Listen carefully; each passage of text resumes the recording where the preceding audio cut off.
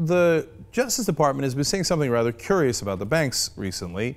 The head of their criminal division is Lanny Brewer, and he had recently told Frontline in a documentary, quote, "But in any given case, I think I and prosecutors around the country, being responsible, should speak to regulators, should speak to experts, because if I bring a case against institution A, and the result of bringing that case, there's some huge economic effect. If it creates a ripple effect so that suddenly counterparties and other financial institutions or other companies that had nothing to do with this are affected badly, it's a factor we need to know and understand." So in other words, they are too big to jail. If an expert comes in, Tim Geithner, and tells me, hey, look, this will cause a ripple effect and it will hurt the global economy, if you do your job and you arrest bankers who are doing criminal fraud or criminal money laundering, as HSBC did, well, that could hurt the economy. So back down. Do not do your job. Well, interesting. So Eric Holder went in front of the Senate Judiciary Committee yesterday, and they asked him about that. The same Eric Holder who earlier was saying, yeah, I could drop a drone on you if you're a regular citizen. I don't need a trial, stinking trials. I don't need them, right? I can just execute you. But when it comes to the bankers, this is what he said instead.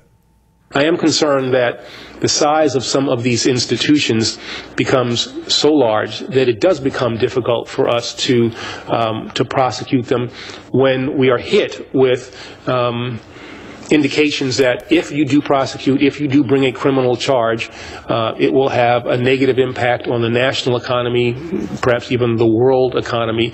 And I think that is a function of the fact that some of these institutions have become too large. Amazing.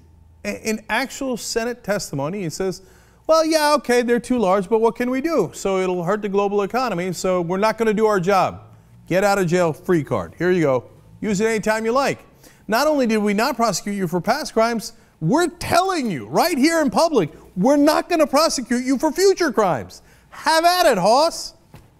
Now, do they feel the same way about regular citizens? Well, it's interesting because Eric Holder was also asked about Aaron Swartz. Remember, they pursued the case against him. He didn't even violate the law. They claim he violated a term of service contract in a private contract he had, that he downloaded documents too fast. You know, he didn't even make them public. So his main crime was downloading documents too fast. They threatened to give him 35 years in jail. Do you think that was appropriate, Attorney General Holder? Does it strike you as odd that the government would indict someone for crimes that would carry penalties of up to 35 years in prison and $1 million fines and then offer them a 3 or 4 month prison sentence? Well, I think that's a good use of prosecutorial discretion to look at the conduct, regardless of what the statutory maximums were, and to fashion a sentence that was consistent with what the nature of the conduct was. And I think that what those prosecutors did in offering 3, 4, 0 to 6 was consistent with that conduct. So you don't consider this a case of prosecutorial overreach or misconduct? No, I don't look at what necessarily was charged as much as what was offered in terms of how the case might have been resolved. Isn't that amazing? No, it was good prosecutorial discretion to charge a guy who didn't even actually break the law with a possible 35-year sentence. And at the same time, on the same day, he just said, I won't prosecute any bankers.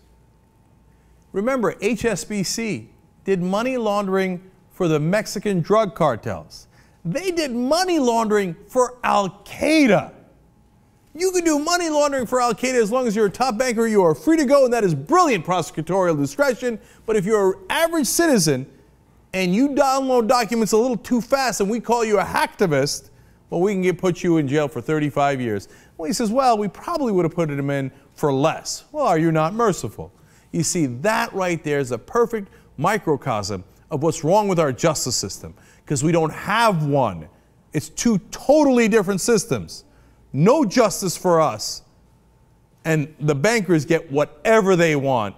And our Attorney General, our top law enforcement officer, goes out and tells the senators of this country, I will not prosecute the bankers.